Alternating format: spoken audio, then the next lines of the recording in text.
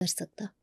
Doctor Aruba, प्यारी मरियम की बात करें तो वो भी किसी छोटे शहर में नहीं थी, रावलपिंडी की लड़की है, ठीक है। 2023 में उसकी शादी हुई थी और 2025 में उसकी डेथ हो गई 2 बच्चे पैदा करने के बाद। तो मुझे जहाँ तक एक और फैक्टर भी लग रहा है, आप मुझे करेक्ट करें कि क्या ऐसा भी हो सकता है। उसकी हाइट थी 4 फीट 5 इंचेस, हाइट बहुत छोटी थी। तो प्रेगनेंसी हुई तो बच्चे भी ट्विन्स थे। तो क्या ये हाइट वाला फैक्टर भी आता है कि ट्विन्स बेबी, हाइट भी बहुत छोटी, फिर डिलीवरी का सीन भी इटसेल्फ बहुत कॉम्प्लिकेटेड होता है, तो वो सर्वाइव नहीं कर सकी, ऐसा भी कुछ होता है? बिल्कुल आप सही कह रही हैं। जब हाइट छोटी हो, ट्विन्स हों, तो ओवरऑल बीएमआई पे फ़र्क पड़ता है बॉडी के। और जब बीएमआई ज़्यादा हो रहा हो तो इससे बहुत सारे रिस्क फैक्टर्स जो हमें नज़र भी नहीं आ रहे होते, ना सिर्फ ब्लीडिंग और ब्लड प्रेशर बल्कि इसके अंदर एम्बोलिज्म का चांस भी बढ़ जाता है और इसके अंदर ओवरऑल रिकवरी में डिले आ जाता है। तो yes, smaller height with twins जिससे ओवरऑल वेट और बीएमआई ज़्यादा हो जाए, इसमें ओवरऑल मॉर्बिडिटी बढ़ने का चांस हो जाता है। और इतनी छोटी हाइट में अगर डॉक्टर्स नॉर्मल की तरफ जाते तो वो तो ज़्यादा समझ में आता है कि भाई नॉर्मल डिलीवरी की तरफ गए तो वो तो बहुत ही खतरे वाली बात हो गई, ठीक है। लेकिन सी सेक्शन के बाद भी बीपी कंट्रोल ना हो सका, सी सेक्शन के बाद भी ब्लीडिंग कंट्रोल ना हो सकी, तो डू यू थिंक कि कहीं ना कहीं डॉक्टर्स की भी नेग्लिजेंसी हो सकती है? छोटी हाइट में अगर सिजेरियन हो, यानी कि अगर छोटी हाइट है, ट्विन्स हैं और बीएमआई ज़्यादा है, और तो सिजेरियन के साथ उसके रिस्क और बढ़ जाते हैं नॉर्मल डिलीवरी से भी ज़्यादा, क्योंकि सिजेरियन सेक्शन में मोबिलाइजेशन और देर से होगी, यानी पेशेंट और देर से मूव अराउंड कर सकेगा। तो डिलीवरी के बाद तो मूवमेंट जल्दी शुरू हो जाती है पेशेंट की। तो जब उसकी मूवमेंट कम है, एक एनेस्थीसिया भी मिला है, तो एनेस्थीसिया की वजह से एडेड कॉम्प्लिकेशंस हो सकती हैं, और फिर मूवमेंट कम बाद में हो, उससे एडेड कॉम्प्लिकेशंस, और उसकी वजह से ओवरऑल रिकवरी और लेट हो सकती है। तो और उसकी वजह से एम्बोलिज्म या ऐसी चीज़ें और ज़्यादा चांसेस बढ़ जाता है। और जैसे आपने कहा कि रावलपिंडी में है, तो आई एम श्योर फैसिलिटीज़ अच्छी होंगी, और मुझे बिल्कुल नहीं लगता कि कोई नेग्लिजेंस का हो सकता है, क्योंकि जब वाक़ई एक माँ जा रही हो तो पूरा हॉस्पिटल आके खड़ा हो जाता है। तो आई एम श्योर, लेकिन अगेन डॉक्टर भी इंसान है, तो आई डोंट थिंक कि किसी ने एफर्ट कम की होगी या कोई नेग्लिजेंस का एलिमेंट होगा।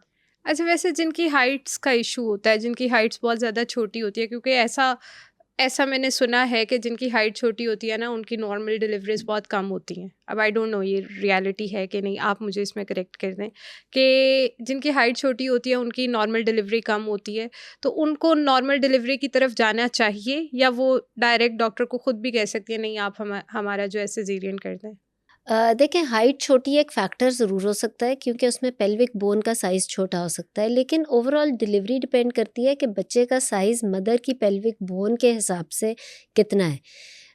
कई दफ़ा बच्चे का साइज़ ऐसा होता है कि छोटी हाइट वाली पेशेंट भी आराम से डिलीवर हो जाती है। तो जब 9वां महीना शुरू होता है, यानी 36 वीक्स पे अगर बेबी की पोजीशन ठीक है और कोई और रिस्क फैक्टर नहीं है, तो गायनोकोलॉजिस्ट मेनली एक इंटरनल एग्जामिनेशन करते हैं to see the size of pelvis.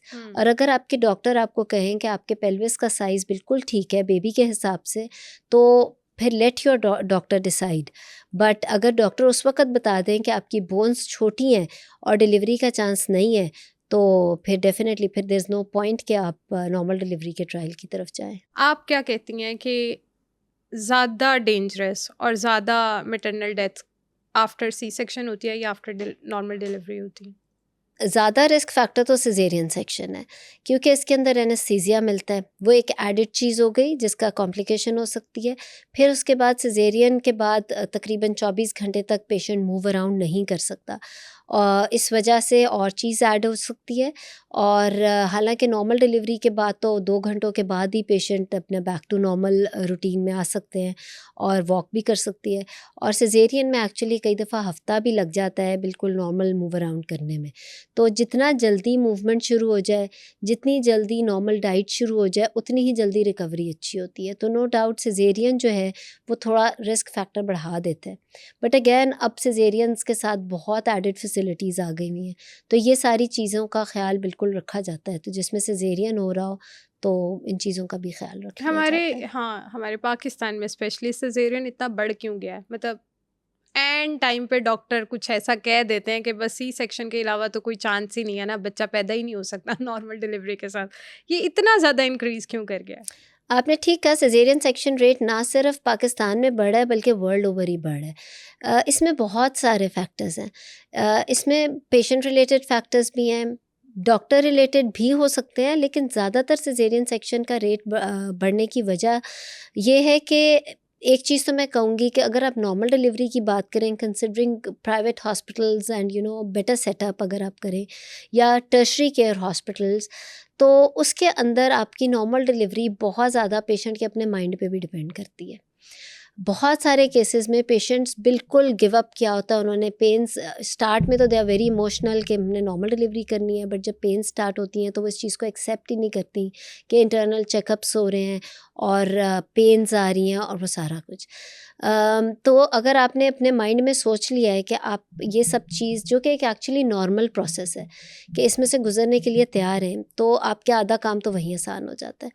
उसके बाद progress yes depends on many things, baby का साइज़, लेबर का प्रोग्रेस, कि हर घंटे में कितनी डायलिटेशन हो रही है।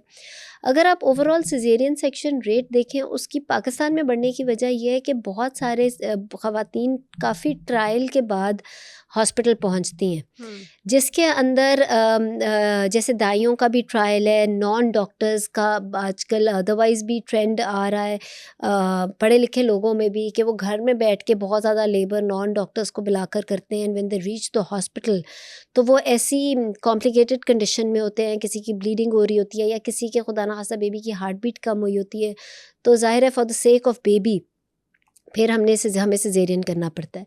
तो नॉर्मली बहुत ज़्यादा इसका रिस्क फैक्टर इसलिए बढ़ गया हुआ है। और बाकी यस, जब एक सिजेरियन हो जाए तो दूसरे सिजेरियन में विद स्कार्ड यूट्रस बहुत ज़्यादा ट्रायल नहीं दिया जाता। ना सिर्फ पाकिस्तान में बल्कि वर्ल्ड ओवर ही सिजेरियन सेक्शन रेट बढ़ गया है। एक तो बेबी की लाइफ बचाने के लिए, क्योंकि जब मदर पहुँचेगी ही ट्रायल कहीं और से लेके, और काफ़ी बच्चे की हार्ट बीट डिप की हो, तो फिर फ़ौरन से बच्चे की जान बचाने के लिए सिजेरियन सेक्शन करना पड़ सकता है।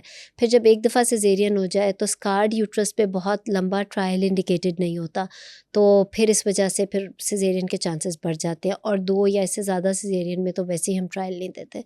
तो ये भी कुछ कॉजेज़ हो जाती हैं सिजेरियन सेक्शन रेट बढ़ने की। बिल्कुल ठीक है। डॉक्टर रूबा, एक चीज़ और बताएं कि आफ्टर नॉर्मल डिलीवरी और आफ्टर सिजेरियन क्या प्रोटोकॉल होना चाहिए केयर का? होम प्रोटोकॉल केयर क्या होनी चाहिए कि अगर खुदा न खास्ता ये सिम्टम्स आपको मदर में या बेबीज़ में नज़र आएँ तो उन्हें फ़ौरन से पहले जो है वो डॉक्टर पे ले आएँ, हॉस्पिटल ले जाएँ? अगर तो मदर को ब्लीडिंग ज़्यादा फ़ील हो, यानी कि एक तो नॉर्मल ब्लीडिंग या स्पॉटिंग होती है, बट कोई हेवी ब्लीडिंग के एपिसोड हो तो फ़ौरन हॉस्पिटल आ जाना चाहिए।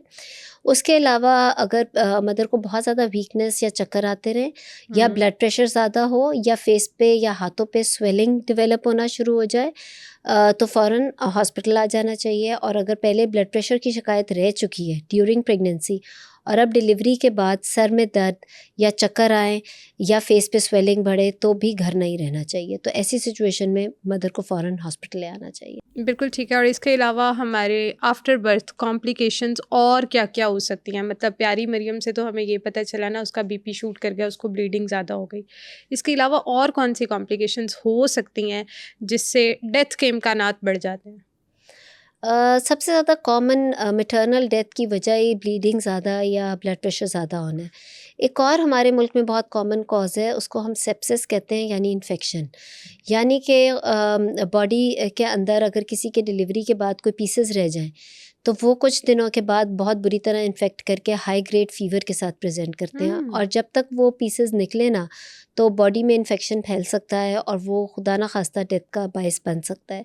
इसलिए डिलीवरी या सिजेरियन के बाद घर जाके अगर फ़ीवर सेटल ना हो रहा हो तो फ़ौरन हॉस्पिटल आना चाहिए।